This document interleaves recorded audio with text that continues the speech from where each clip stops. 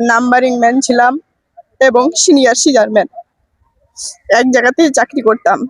আপু, আপনি কেন আসছেন জিয়া উদ্যানে? আপনার দেখলাম মন টন খারাপ, কি জন্য আপনার মন খারাপ? ভাই আমি অনেক বিপদে আছি, অনেক বিপদে পড়ে এই জায়গায় আসছি। মানে বিপদটা বলতে কিসে সেটা একটু বলেন। ভাই আসলে আমার হাজবেন্ড আমাকে রাইখা ঢাকায় আসছে। আমার বাসা রাজশাহী। আমি প্রাণ কোম্পানি, রাজশাহী গোদাগাড়ি প্রাণ এগো লিমিটেডে দুজনে চাকরি করতাম। আমার হাজবেন্ড একজন কাটিং ইনচার্জ ছিল। আমি ওই জায়গায় নাম্বারিং ম্যান ছিলাম এবং সিনিয়র সিজারম্যান। এক জায়গাতেই চাকরি করতাম। সেই জায়গায় সে আমাকে রাইখা ঢাকায় এসে বলছে আমি সাভার গেলাম, সাভারে চাকরি করব, তুমি এখানে থাকো। আমাকে ভাড়া বাসায় রেখে এসেছিল। যেদিন উনি আসে, সকাল 9 তারিখে আসছে, সকাল 10টার সময়। সেই সময় আমি অফিসে ছিলাম। সে বাসা থেকে বের হয়েছে 10টার সময়। আমাকে বলেছে আমি ঢাকার উদ্দেশ্যে রওনা দিলাম, তুমি থাকো, টেনশন করো না, চিন্তা করো না, 1 মাস পরে এসে আমি তোমাকে নিয়ে যাব। এই কথা বলে বাসা থেকে বের হয়ে এসছে। আমাকে বলেছে তোমার আর চাকরি করা লাগবে না, যেহেতু তুমি প্রেগনেন্ট, তোমার আর চাকরি করতে হবে না, তুমি রিজাইন দিয়ে দাও। কতদিন হয়েছে ভাইয়া আপনার কাছ থেকে গেছে? 9 তারিখে বের হয়েছে। 9 তারিখে বের হয়েছে, মানে এই রানিং মাসের 9 তারিখে? সামনে মাসের 9 তারিখে। অলমোস্ট প্রায় 2 মাসের কাছাকাছি হতে যাচ্ছে আর কি। জি ভাইয়া। আচ্ছা, কি বলে বেরোছে? মানে চাকরির জন্য ঢাকায় এসে চাকরি করবে? জি আমাকে বলেছে যে এই মানে আমরা যে গোদাগাড়ি প্রাণেগো লিমিটেডে চাকরি করতাম, সেখানে বেতন ছিল 29,000 টাকা। ওটা দিয়ে হতো না।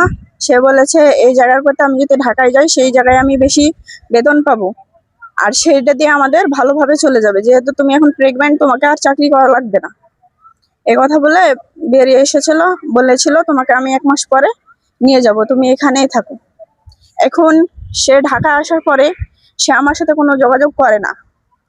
আমি তাকে ফোন দিই, সে ফোন রিসিভ করে না। আচ্ছা, আপনি কি তারা বেশ কয়েকবার ফোন দিয়েছেন, তার সাথে যোগাযোগ করতে চেয়েছিলেন?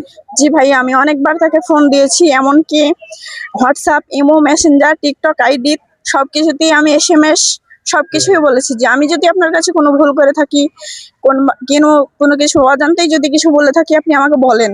সে আমাকে কিছুই জানায় না। ইমো, হোয়াটসঅ্যাপ সব থেকে আমাকে ব্লক মারে, এমনকি সেই সিমটাও চেঞ্জ করে ফেলে। এরকম কি হয়েছে যে আসার আগের দিনে বা কিছুদিন আগে ওনার সাথে আপনার কোনো ঝগড়া হয়েছে বা কোনো কথা কাটাকাটি হয়েছে? না, তার সঙ্গে আমার কোনো সমস্যা, কোনো ঝামেলা, কোনো কিছুই হয়নি। শুধু আমি ওকে ফোন দিতাম, ও আমাকে ঠিক মতো কয়েকদিন ফোন দিয়েছে, পরে আমাকে ফোন দিত না। পরে আমি ফোন দিতাম, ফোন দিলে সে আমাকে ফোন কেটে দিত।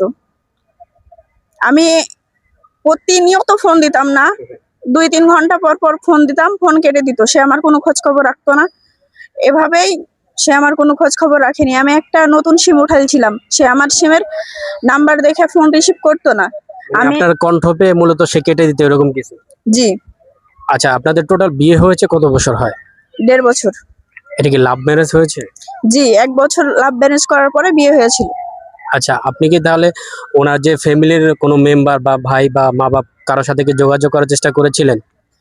জি, তার ছেলে যখন আমার সঙ্গে ছিল, তারা আমার সঙ্গে প্রতিনিয়ত মানে দিনে হলেও 3 বার ফোন দিত। মানে যখন সাথে ছিল তখন যোগাযোগ করতে? জি।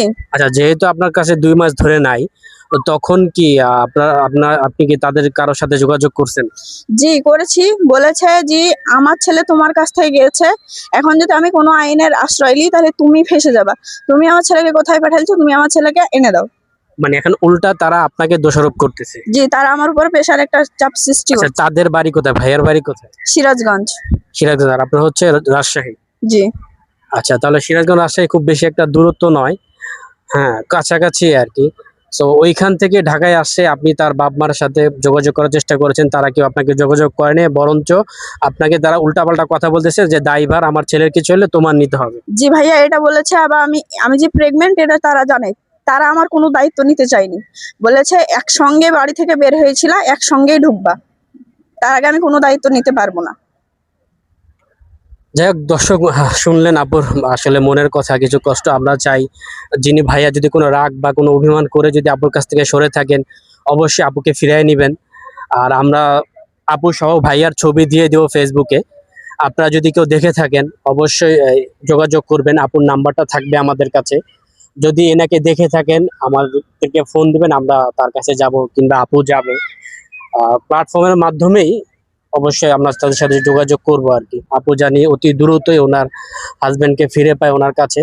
আর এটা বলবো যে ভাইয়ার যেই ফ্যামিলি আছে তারা যেন আপুকে অযথা দোষ আরোপ না করে, কেননা আপু নিজেও একজন নিরুপায় এখন।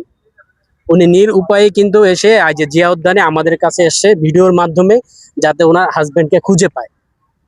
তো উনি কিন্তু আর এমনিতেই আসেনি, উনি অনেক খোঁজাখুঁজি করে না পেয়ে এখানে আসছে।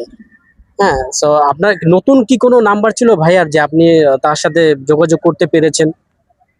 না ভাইয়া, আসলে সে অবশ্যই সিম যেহেতু চেঞ্জ করেছে, তার 3টা সিমের নাম্বার জানতাম।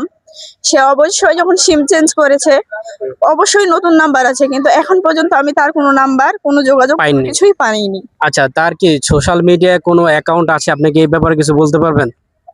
না। ওনার নামটা কি? মোহাম্মদ আজাদ রহমান। রহমান। আজাদ রহমান। আজাদ রহমান। জি। আজাদ ভাই, আপনি যেখানে থাকুন না কেন, আমরা আসলে আপনাকে রিকোয়েস্টই করব, যদি ফ্যামিলি কোনো ক্রাইসিস থেকে থেকে থাকে বা আপনি যদি কারোর সাথে রিলেশনে জড়িয়ে থাকেন, যেটাই হোক না কেন, আপনি অবশ্যই আপার সাথে যোগাযোগ করেন। না হলে হচ্ছে আপনার ফ্যামিলি যারা আছে, বাবা মা যারা আছে, তাদের সাথে অবশ্যই যোগাযোগ করবেন। কেননা এইভাবে আপা আপনার জন্য রাস্তা রাস্তায় ঘুরতেছে, আমরা চাই না। এখন উনি 4 মাসের অন্তঃসত্ত্বা, ওনার যদি কোনো বিপদ হয়ে যায় এটার দায়ভার কে নেবে? এটার দায়ভার কিন্তু আপনাকেই নিতে হবে।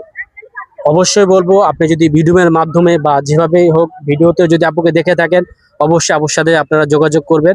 আপু, লাস্ট প্রশ্ন, আপনি আসলে ওনার সাথে কবে যোগাযোগ হয়েছে আপনার সাথে? 25 তারিখেই শেষ। এই মাসের 25 তারিখে? সামনের মাসের 25 তারিখ। মানে গত মাসের 25 তারিখে? জি। যাই হোক, দর্শক শুনলেন। এখন আমরা চাই আপু জানি আপুর স্বামীকে ফিরে পায়। আর তার ছবি সহ আপুর ছবি সহ অবশ্যই দিয়ে দেবো, যাতে আপনাদের চিনতে এবং জানতে সুবিধা হয়। আপুর কন্ট্যাক্ট নাম্বারটাও থাকবে। তো ঠিক আছে দর্শক, ভালো থাকবেন। আর অবশ্যই ভিডিওটা বেশি বেশি শেয়ার করবেন, কেননা শেয়ার না করা পর্যন্ত কিন্তু ভিডিওটা সবার কাছে পৌঁছাবে না। তো যথেষ্ট পরিমাণ আপনারা শেয়ার করে ভিডিওটা পৌঁছায় দিবেন, যাতে আপুর হাজবেন্ড পর্যন্ত পৌঁছাতে পারে। ওকে, আজকের মতো ভালো থাকবেন।